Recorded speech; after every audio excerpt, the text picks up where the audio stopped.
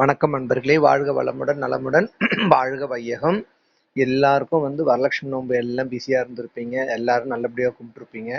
வரலட்சுமி ஆத்தா நம்மளுடைய சப்ஸ்கிரைபர் இல்லாத மற்ற எல்லாருக்கும் அவங்க வீட்டுக்கு நிரந்தரமாக தங்கி அவங்க எல்லாருக்கும் நல்ல அருள் புரியணும். அதோடு சேர்ந்து நம்ம அபிராமி அந்தாத்தையும் சேர்த்து நம்ம இன்னைக்கு பாராயணம் பண்ணிக்கிட்டு இருக்கோம். அதனால கண்டிப்பாக நமக்கெல்லாம் என்னென்னலாம் வேண்டணுமோ ஆத்தா அத்தனையும் நமக்கு நிறைவேற்றி தரணுன்றது நான் உங்கள் சார்பாக ஆத்தா கிட்ட நான் வேண்டிக்கிறேன். எனக்கும் நிறைய வேண்டுதல் வச்சுருக்கேன். ஆத்தா எனக்கும் நிறைவேற்றி தரணும். நீங்கள் எல்லாரும் எனக்காக வேண்டிக்கிங்க. இப்போ நம்ம ஒரு 5 பாட்டு கொடுக்கலான்னு நினைக்கிறேன். எனக்கும் டைம் இல்லை, பார்ப்போம். இப்போ முதல் பாட்டை பார்த்துருவோம். அதோட விளக்கத்தையும் பார்ப்போம். இந்த பாடலோட பலன் என்னன்னா, சகல சௌபாகியங்களும் அடைய. இந்த பாடல் எப்பேற்பட்டவங்களுக்கு இந்த பாடலை கேட்காம இருக்க வாய்ப்பே கிடையாது. ரொம்ப ரொம்ப பிரசித்தி பெற்ற பாடல். எந்த பாடல் தெரியலனாலும் இந்த பாடல் கண்டிப்பா எல்லாருக்குமே தெரியும். ரொம்ப ஈஸியான பாடல், ரொம்ப நல்லாவும் இருக்கும். பாருங்க, தனம் தரும். தனம்னா என்ன? பணம். பணம் வர பணம் நிலைக்கிற பணமா இருக்கணும், போகக்கூடிய பணமா இருக்கக்கூடாது. அந்த தனம் எப்படி இருக்கணும்? நிலையா நிலைக்கணும், போகக்கூடாது. அதுக்கு என்ன வேணும்? கல்வி ஞானம் வேணும். கல்வி தரும். அப்புறம் என்ன வேணும்னு கேட்கிறாரு. ஒரு நாளும் தளர்வறியா மனம் தரும். வாழ்க்கையில எது வேணாலும் நடக்கலாம். நல்லது நடக்கும், கெட்டது நடக்கும். அது எதுக்குமே சோர்ந்து போகாம தளர்வறியாத மனத்தை தான் கேட்கிறாரு.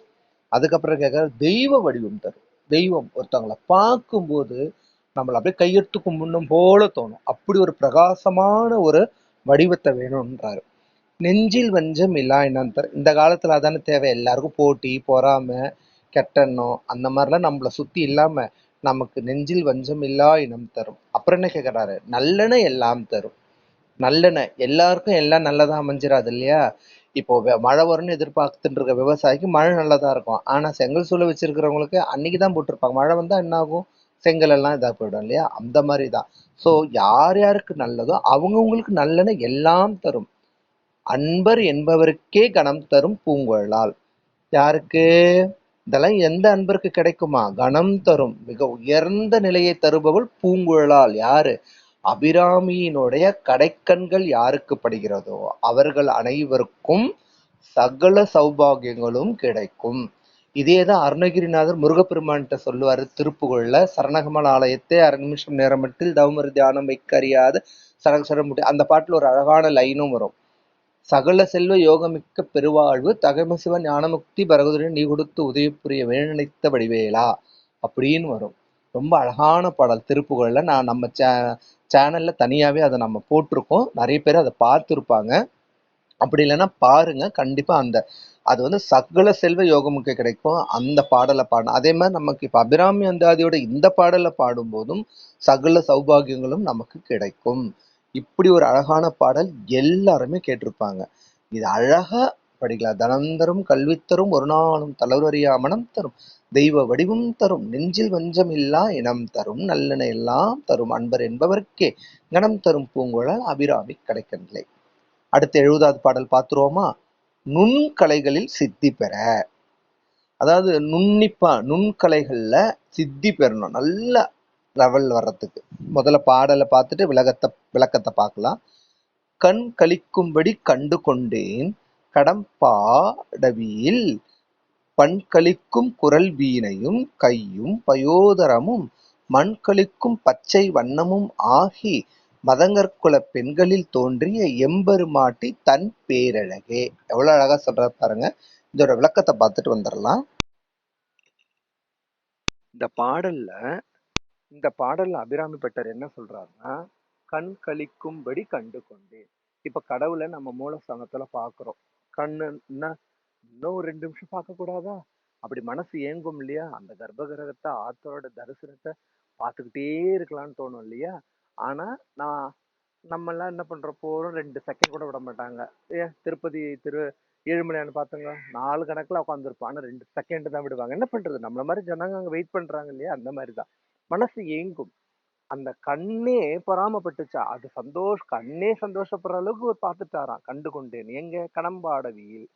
கடம்பாடவியல்னா கடம்ப மரங்கள் இருக்கும் புன்னைவனத்தில். ஆத்தா எங்க இருந்தார்? எழுந்தருளி தவம் பண்ணினா அந்த கடம்பவனம். அந்த கடம்பவனத்திலேயே இவர் நேருக்கு நேரா பார்த்து விட்டாராம். அதோட இன்னும் எப்படி உருவகப்படுத்துறாரு பாருங்க. பண் கழிக்கும் குரல். பண்ணுன்னா அந்த இப்ப நாம ராகம்னு சொல்றோம் இல்லையா? அந்த காலத்துல பண்ணு தான்.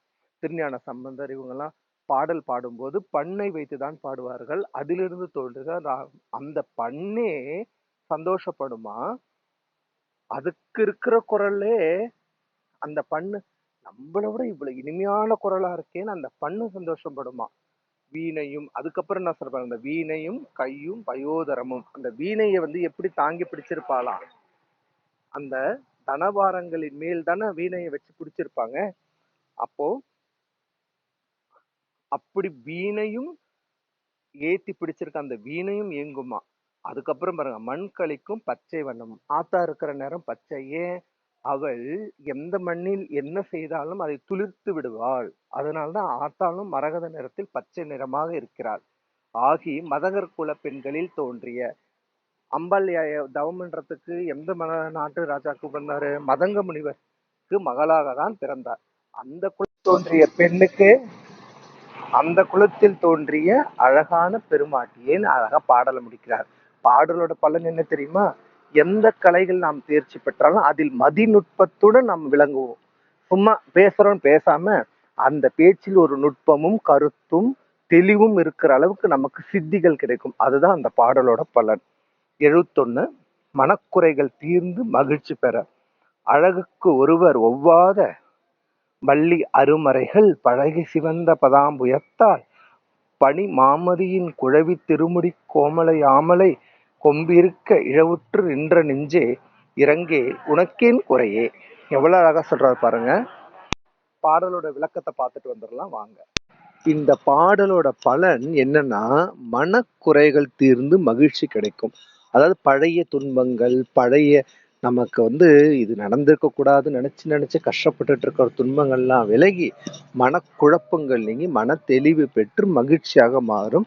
அதுக்கு இந்த பாடலோட விளக்கத்தை பார்க்கும்போது உங்களுக்கே புரியும். எப்படி ஆரம்பிக்கிறாருன்னா, அம்பால அழகுக்கு ஒருவரையும் வந்து ஒவ்வாமை சொல்லவே முடியாது. ஏன்னா அழகுன்றதே அம்பாள்கிட்ட இருந்து பிறந்ததுதான். அதிலிருந்து வந்ததுதான் மற்ற அழகே தவிர, அழகுக்கு இவரை போல் அம்பாள் இருக்கான்னு ஒருவரையும் ஒப்பிட முடியாத வள்ளி, கோமல வள்ளி. அப்புறம் எதோட ஒப்பிடுறாரு அவரு? அருமறைகள் பழகி சிவந்த பதாம்புயத்தால். அருமறைகள்னா வேதங்கள் 6ன்னு ஏற்கனவே நம்ம பல பாடல்ல சொல்லியிருக்காரு. அந்த வேதங்கள் 6ம் அம்பாளை வந்து திருவடி தாங்கி தாங்கி அந்த வேதத்தை ஓதி ஓதி அதுவே சிவந்து போயிருக்கான் பதாம்புயத்தால். அது வேதத்தை சொல்லி சொல்லி சொல்லி அம்பாள்கிட்ட அதுவே வெட்கப்படும் அளவுக்கு சிவந்து போயிருக்கான். அப்புறம் எதோட சொல்றாரு பாருங்க, பனி மாமதியின் குழவி. பனி மாமதினா நமக்கு தெரியும் சந்திரன். சந்திரன் வந்து குழந்தை. சந்திரன் நிலவுக்கு குழந்தை யாரு? அது நாங்க நிலவு குழந்தைன்னா, நிலவு முழு நிலவுல இருந்து தேஞ்சி அந்த 3ஆம் பிறை வருது இல்லையா? அந்த 3ஆம் பிறை கீற்றை அணிந்திருப்பவள் யார்? அம்பாள். இப்போ நீங்க அம்பாளோட மணிமுடியில பாத்தீங்கன்னா அந்த 3ஆம் பிறை தெரியும்.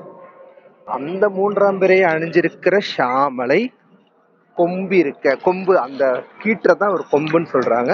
யாமலைன்னா கருப்பு நிறத்தவள் நிறைய தடவை நம்ம சொல்லியிருக்கிறோம். இழவுற்று நின்ற நெஞ்சுமே. இப்படிலாம் அம்பாள் இருக்கிறதெல்லாம் நீ பார்க்காம என்னைக்கோ நடந்த துன்பத்தையும் சோகத்தையும் துயரத்தையுமே நினைச்சு நினைச்சு நினைச்சு உன் நெஞ்சு அதுல இருந்து இறங்கவே மாட்டேங்குது. முதல்ல அதை நிறுத்திட்டு அம்பாளோட அம்பாளோட பாதத்தை பணிஞ்சனா உனக்கு எந்த குறையும் வராதுன்னு சொல்லி முடிவு பண்றார். இப்பவே உங்களுக்கு புரிஞ்சிருக்கும். நமக்கு ஏதாவது நடந்த துன்பம் இருக்கு, அதை நினைச்சு நினைச்சு கஷ்டப்படுறீங்களா? அதுல இருந்து விலகட்டுறதுக்கு அந்த பாடலை பாராயணம் பண்ணுங்க. பாடல் 72 பார்க்கலாம். பிறவி பிணி தீர. பாடலை பார்த்துட்டு விளக்கம் பலன்கள் பார்ப்போம். என் குறை தீர நின்றேத்துகின்றேன் இனி யான் பிறக்கின் நின் குறையே அன்றி யார் குறை காண். இருநீல் விசும்பின் மின்குறை காட்டி மெலிகின்ற நேரிடை மெல்லி எலாய் தன்குறை தீர எங்கோ சடைமையில் வைத்த தாமரையே. பாடலோட விளக்கத்தை பார்ப்போம், பலன்களையும் பார்ப்போம் வாங்க.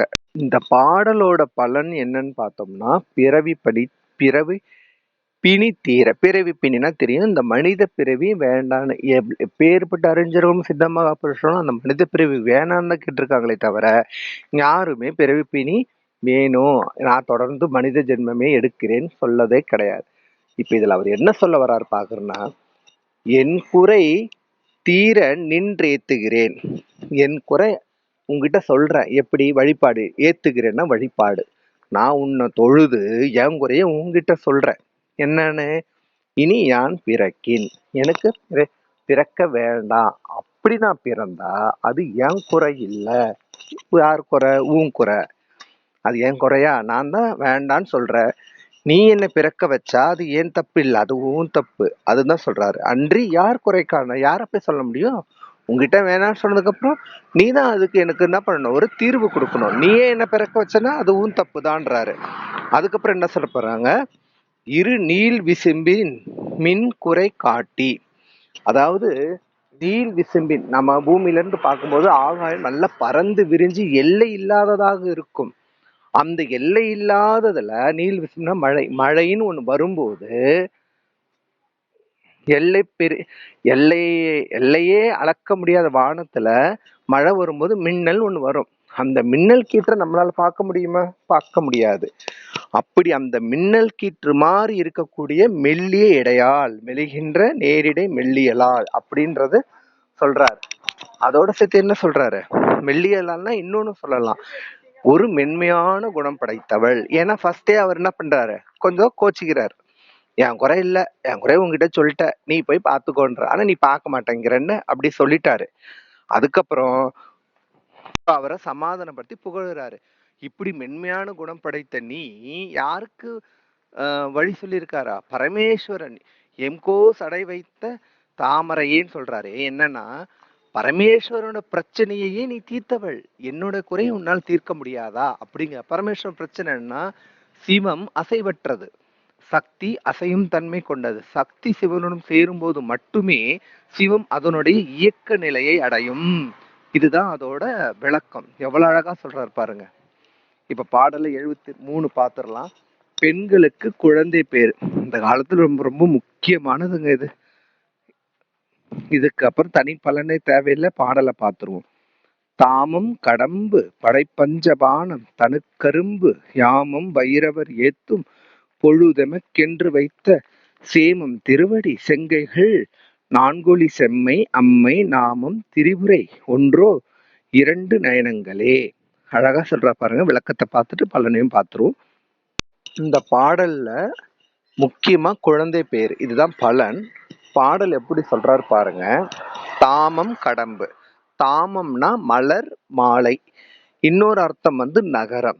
கடம்புனா கடம்பவனத்தில் தான் அன்னை எழுந்தருளினால், அதுதான் தாமம் கடம்பு. ஸோ கடம்ப மலர், கடம்ப மாலை இருக்கிற இடத்துல, கடம்ப வனம் இருக்கிற இடத்துல எழுந்தருள தாய் அந்த வனத்தில் பூக்கும் மலரையே தனக்கு ஆபரணமாக சூடி கொண்டிருக்கிறாள். அப்புறம் என்ன சொன்ன? படை பஞ்ச பானம்.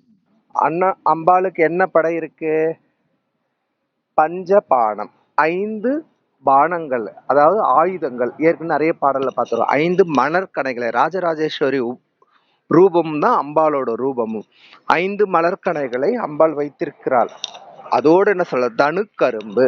தனுனா மலர்கணைகள் வச்சிருந்தா வில்லு வேணும்ல, தனுசு. தனுனா தனுசு, வில்லு. கரும்பு, கரும்பை வில்லாக வைத்திருக்கிறாள். எதற்கு? யாமம் வைரவர் ஏத்தும். யாமம்னா நடுநிசி. பைரவருக்கு பைரவர்னா பைரவர் தான். ஸோ பைரவர் தொழுற நேரம் நடுநிசி. அந்த யாமத்துல பைரவரையே உங்களை என்ன சொன்னார்? ஏத்தும்னா வழிபாடு செஞ்சிருக்கிறாரு. அப்படி அவங்கெல்லாம் வழிபாடு செஞ்ச நீங்க எமக்கென்று வைத்த சேமம் திருமடி, அவங்களுக்கெல்லாம் காமிச்சதை விட நான் சாதாரண மனித பிறவி எடுத்த எனக்கும் உன்னுடைய திருவடியை காட்டினாயே. அதோட இன்னொன்னு எப்படி சொல்ற பாருங்க. செங்கைகள் 4, கைகள், கைகள்னா செம்மையான கைகள் 4, ஒளி செம்மை அம்மை. ஒளி, எவ்வளவு பெரிய ஒளி! அம்பாள் 1000 மின்னல் கீற்றுக்கு ஈடாகுமா? அதையும் தாண்டின ஒரு செம்மையான ஒளி. யாரு? அம்மை. அது இல்லாம என்ன சொல்றாரு? அந்த அம்மையோட நாமத்தை என்ன சொல்ற? திரிபுர சுந்தரி. அவளே திரிபுர சுந்தரின்னு சொல்லிட்டு சொல்றாரு. அதுக்கப்புறம் என்ன சொல்றாரு பாருங்க. ஒன்றோடு இரண்டு நயனங்களே. ஒன்றோடு இரண்டு நயனம்னா நார்மலா 2 கண்கள். ஆனா அம்பாளுக்கு முக்கண் இருக்கு. பல பாடல்கள அவரே சொல்லியிருக்காரு. அது நமக்கும் தெரியும். முக்கண் படைத்த நாயகி. தேவர்களுக்கும் நடுநிசியில் இருக்கும் பைரவருக்கும் அருள் புரிந்த நீ உன்னுடைய திருவடியை எனக்கும் என்னுடைய சேமம் நலனுக்காக காண்பித்தாயே. உன்னை நான் எவ்வாறு பணிவது? இதற்கு ஏதாவது பலன் ஒண்ணு இருக்குமா? இந்த மனித பிறவி போதும். அழகா சொல்றாரு. பலன் என்ன? குழந்தை பேரு. நிச்சயமாக குழந்தைக்காக காத்திருப்பவர்கள் இந்த பதிகத்தை பாராயணம் பண்ணா கண்டிப்பா குழந்தை பேரு உண்டாகும். அதுல எந்த மாற்றமும் இல்லை. ஏறக்குறைய அம்பாளோட கருணையில நம்ம நல்லா